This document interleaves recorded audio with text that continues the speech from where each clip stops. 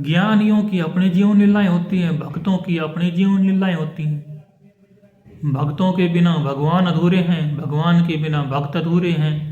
लेकिन भक्त और भगवान का मिलन कब हो जाए, कैसे हो जाए, कुछ पता नहीं लगता। किसी किसी को तो भगवान तड़फा तड़फा कर विरह में व्याकुल करके तब दर्शन देते हैं, किसी को थोड़े समय में ही दर्शन दे देते हैं। अब ये समय का संयोग कहो या प्रारब्ध का संयोग कहो। ऐसे ही राजस्थान में एक भक्त हुई थी, नाम था कर्माबाई, बहुत प्रचलित थी। वैसे तो नागौर में 4 भगत हुई हैं, चारों ही लगभग आसपास के मिलते जुलते टाइम में हुई हैं। सन 1600 के 1500 और 1600 के आसपास के बीच में ही हुई हैं। चारों ही नागौर में हुई हैं। 2 कृष्ण भगत हो गई, 2 निर्गुण भक्त मार्गी हो गई। जैसे अभी तो हम बात कर रहे हैं कर्माबाई की, जिन्होंने भगवान को प्रकट करके खिचड़ा खिलाया था। लेकिन एक मीराबाई जी भी नागौर में ही, और फूलीबाई जी भी नागौर जिले में ही, रानाबाई जी भी नागौर जिले में ही। ये 4 बाइयाँ आसपास के ही टाइम में, लगभग मिलते जुलते टाइम में ही नागौर जिले में हुई। ये भी नागौर जिले का राजस्थान में विशेष भक्ति की महिमा करने के लिए था। तो जो कर्माबाई जी हैं वो नागौर के कानवा गांव है, ऐसा कुछ गांव का नाम है, वहाँ हुई थी। और उनके पिताजी का नाम था जीवन राम डूडी और माताजी का नाम था रत्नाबाई जी। कालवा नाम था उनके गांव का। कालवा गांव में जीवन राम जी डूडी और रत्नाबाई जी की बेटी थी कर्माबाई जी। उम्र उस समय जब उन्होंने भगवान को प्रकट किया तो रही होगी लगभग 8 साल के आसपास, मान के चलते हैं। तो एक दिन क्या हुआ, उनके जो पिताजी थे वो रोज कृष्ण भगवान को, जगन्नाथ भगवान को सुबह सुबह उठते ही भोग लगाया करते थे। उसके बाद कुछ खाना पीना किया करते थे। ये उनका नित्य का नियम था। घर में एक छोटा सा मंदिर था, वहाँ जगन्नाथ भगवान की मूर्ति रखी हुई थी। तो कर्माबाई को बस इतना ही पता है कि यहाँ भगवान है, भगवान क्या है, कैसे हैं, कौन है, इसके बारे में एक अबोध बालिका को पता हो भी नहीं सकता, जरूरत भी नहीं थी। वो भी अपने खेल कूद में मस्त रहा करती थी। तो एक बार क्या हुआ कि उनके जो पिताजी थे जीवन राम डुड्डी जी, उनको किसी काम से दूसरे गांव में जाना पड़ गया और शाम को पिछले दिन बोल गए कि कल कर्मा तुम एक काम करना, भगवान को भोग लगा देना खिचड़े का, और मैं कल यहाँ नहीं रहूँगा, तो तुम ही जिम्मेदारी निभाना। और ध्यान रखना, खुद के भोजन करने से पहले ही भोग लगाना, क्योंकि भगवान को जो भोग लगाया जाता है वो भक्तों का भाव होता है कि पहले भगवान को भोग लगे तब हम खाएं, उनका प्रसाद ग्रहण करें। तो वो उनको बोल के चले गए।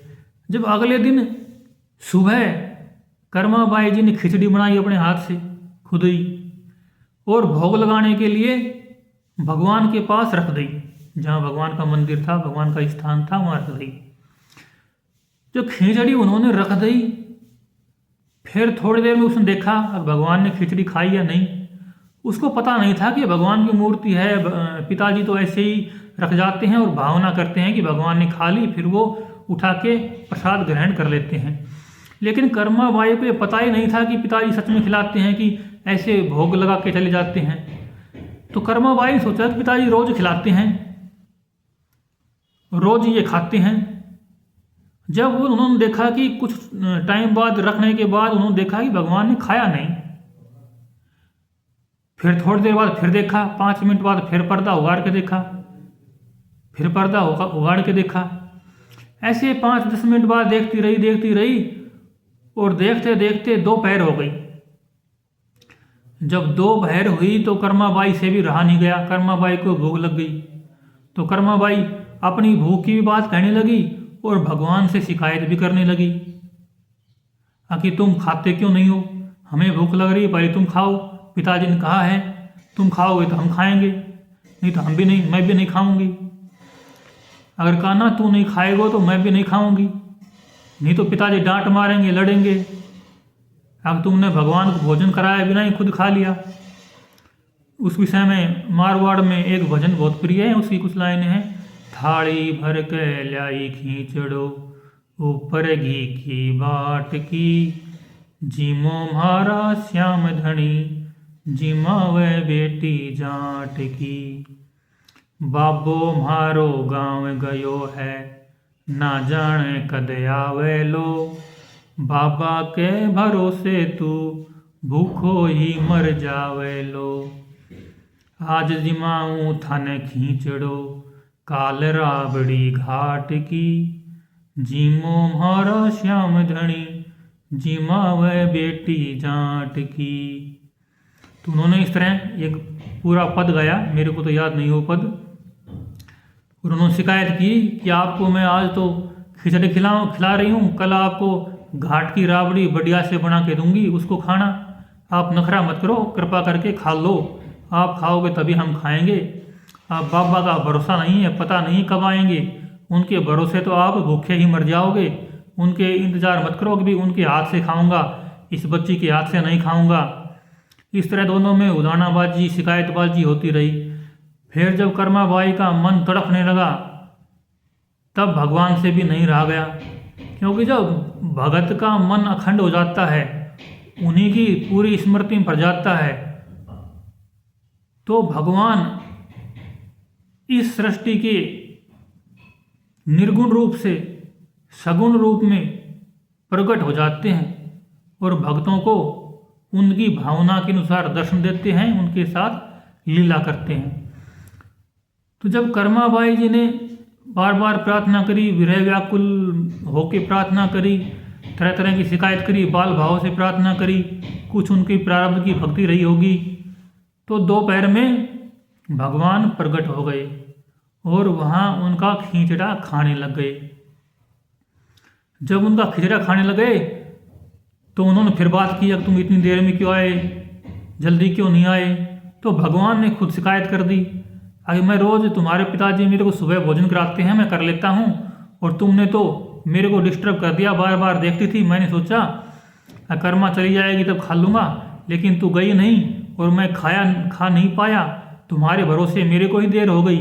चलो ठीक है, अब मैं रोज़ जब तुम बुलाओगी तभी आ जाया करूँगा। क्योंकि जब भक्त और भगवान का एक बार संबंध बन जाता है, फिर भगवान आते ही रहते हैं। एक बार आने में ही ज़्यादा जिद करते हैं, फिर उसके बाद तो भगवान को भी आने की आदत पड़ जाती है। फिर कर्माबाई रोज़ खिचड़ा बनाती और उनको खिलाती, और उनके बीच ये प्रेम लीला चलती रहती। फिर धीरे धीरे ये बात पूरे क्षेत्र में फैल गई कि एक ऐसी बच्ची है जिन्होंने भगवान को प्रकट कर लिया है और वो खिचड़ा खिलाती है। ये कहानी तो कर्माबाई जी की यहीं पर है, लेकिन उनके बारे में ये भी कहा जाता है कि वो फिर कुछ समय बाद जगन्नाथपुरी में जगन्नाथ भगवान के मंदिर के पास चली गई और वहीं उनके पास ही झोंपड़ा बना के रहने लग गई। जगन्नाथ मंदिर के पास उनके गेट की तरफ जहाँ से भगवान दिखाई दे, भगवान के दर्शन हो, घंटी सुनाई दे, ऐसी जगह पर, और मंदिर को डिस्टर्ब ना हो, ऐसी जगह उनका झोंपड़ा बन गया और वहीं पर भगवान को भोग लगाती। मंदिर में भगवान का भोग अलग लगता, कर्माबाई अलग लगाती। कर्माबाई के भगवान अलग थे, मंदिर वाला भगवान अलग था। दोनों एक भी थे और दो भी थे, लेकिन सेवा करने के लिए कर्माबाई अपने भगवान की सेवा करती और दर्शन करने के लिए जगन्नाथ मंदिर में जो भगवान थे उनके दर्शन करती। तो भक्तों के रंग ना अलग अलग होते हैं। भगवान हर रंग में दर्शन देते हैं, ऐसे भक्त भी भगवान के दर्शन हर रंग में करना चाहते हैं। अपने वाले भगवान का दर्शन भी, मंदिर वाले भगवान का दर्शन भी, उन भगवान का दर्शन भी। जैसे भागवत में कथा आती है कि इंद्रदेव ने कहा भगवान से कि आप मेरे को ऐसा वरदान दे दो कि मेरे 1000 कान हो जाएं और 1000 कानों से मैं आपका सत्संग सुनूं। ऐसे ही भक्त की भावना होती है कि मेरे पास 1000 आँखें हो जाएं और आपको हजार तरह से देखूं, आपके हजारों रूप देखूं, आपकी नई नई लीलाएं देखूं। तो कर्माबाई जी वहाँ रहती और जगन्नाथ भगवान के दर्शन भी करती और अपने भगवान की सेवा करती, रोज उनको खिचड़ा खिलाती। तो एक बार क्या हुआ, पुजारी जी ने देखा कि भगवान के मुंह पे सुबह सुबह खींचड़ा लगा हुआ है। तब उन्होंने सोचा कि अभी तो हम आए हैं, मंदिर खोला है, कोई यहाँ आ भी नहीं सकता, तो खिचड़ा कैसे लग गया। तब एक दिन संयोग से उनको अंदाजा हुआ कहीं ये बाहर जो बाई जी रहती हैं, कर्मा बाई जी, ये ही तो कुछ लीला नहीं करवा रही भगवान से। तब उन्होंने वहाँ जाकर देखा तो वो सुबह सुबह भगवान को उसी खिचड़े का भोग लगा रही थी और गीत गा रही थी, गुनगुना रही थी भगवान को लाड़ प्यार के रूप में, अगर आप खिचड़ा खाओ। कर्माबाई रोज ऐसे ही भगवान को लाड़ प्यार से खिचड़ा खिलाया करती थी। तब उसको विश्वास हुआ कि हमारे मंदिर के खिचड़े से पहले तो हमारे मंदिर के खुलने से पहले तो कर्माबाई इनको पहले से ही खिचड़ा खिला देती है। हमारी आरती पूजा बाद में होती है, भगवान तो आरती पूजा करवाने से पहले ही अपना भोग लगा लेते हैं। तो उनकी थोड़ी कर्माबाई जी के प्रति और श्रद्धा बढ़ गई थी। एक बार क्या हुआ, वहां से कोई संत गुजर रहा था और उसने देखा, वो भिक्षा के लिए आया था या गुजर रहा था, ऐसे दिखाई दे गया होगा। तो उसने देखा कि कर्माबाई जी सुबह सुबह बिना नहाए धोए ही भगवान को भोग लगाती हैं। तो उन्होंने डांट दिया कर्माबाई जी को, अरे भगवान को बिना नहाए धोए भोग क्यों लगाती हो, कुछ शुद्धि की भाव होना चाहिए, पवित्रता होनी चाहिए। तो कर्माबाई जी भोली भगत थी, भक्ति तो ऊंची थी लेकिन मन में भोलापन था। अक्सर ऐसा होता है, कई भगत होते हैं उनके भीतर से भोलापन होता है लेकिन भक्ति में बहुत आगे निकल जाते हैं। असल में भक्ति की जो तरीका है वो भोलेपन का ही है। चाहे कोई कितना ही ज्ञानी हो जाओ तो भी भगत को भोला ही बनना पड़ता है, क्योंकि बाबा तुलसीदास जी ने कहा है, चतुराई रिझे नहीं, रिझ है मन के भाई, कि वो तो मन के भाव से रिझते हैं, चतुराई से नहीं रिझते। वो सिर्फ हृदय देखते हैं, बाहर के कर्मकांड नहीं देखते हैं। तो फिर ये कर्मकांड कैसे प्रचलित हो गए? कर्मकांड ऐसे प्रचलित हो गए कि किसी एक ने साफ सफाई की शुरुआत की और फिर वो धीरे धीरे एक नियम सा बन गया और सबने ऐसा ही करना शुरू कर दिया। क्योंकि जब भक्त भगवान को पुकारते हैं तो एक इंसान की तरह ही मानते हैं। जो सगुण साकार भगवान होता है वो एक इंसान की तरह मानते हैं, वैसा ही खाना पीना नहाना धोना। तो आदमी खुद जब पवित्रता को महसूस करता है, पवित्र होकर भोजन करना ठीक लगता है इंसान को, तो उसी भावना के अनुसार वो भगवान को भी पवित्रता के नियत से, पवित्रता की दृष्टि से भोजन करवाते हैं। तो वो प्रथा चल पड़ी। लेकिन ये नियम इंसानों का बनाया हुआ है, न कि भगवान का बनाया हुआ। ये इंसान का खुद का भाव होता है कि मैं पवित्र होकर पूजा करूं। पवित्र होकर पूजा करने से मन में एकाग्रता थोड़ी आसान हो जाती है। तो जो वो संत जी थे, महाराज जी थे, उधर से गुजरे थे या भिक्षा लेने आए थे, उन्होंने डांट दिया कर्माबाई जी को कि आप नहा धो के तब भोग लगाया करो। तो अगले दिन से कर्माबाई जी भोली थी, उनकी बात मान ली। अब चलो संत महाराज हैं, कुछ कह रहे हैं तो बात सही होगी।